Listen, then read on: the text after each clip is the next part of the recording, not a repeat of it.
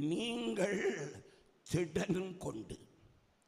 கர்த்தர் நம்மை திடப்படுத்துகிற தேவன். திடன் கொண்டு ஆண்டவர் எந்த சூழ்நிலையிலும் நாம் எப்படி இருக்க வேண்டும் என்று விரும்புகிறார்?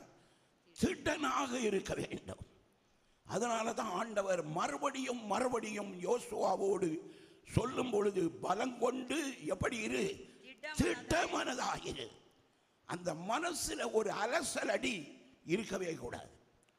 ஒரு கலக்கம், ஒரு குழப்பம் இருக்கக்கூடாது. கலக்கம் வரும். அது எந்த பெரிய விசுவாசியாக இருந்தாலும் கலங்காதவர்கள் கிடையாது. ஆனால் நம்முடைய ஆண்டவர் நம்முடைய கலக்கத்தை எல்லாம் என்ன செய்தவர்? மாற்றின தேவன்.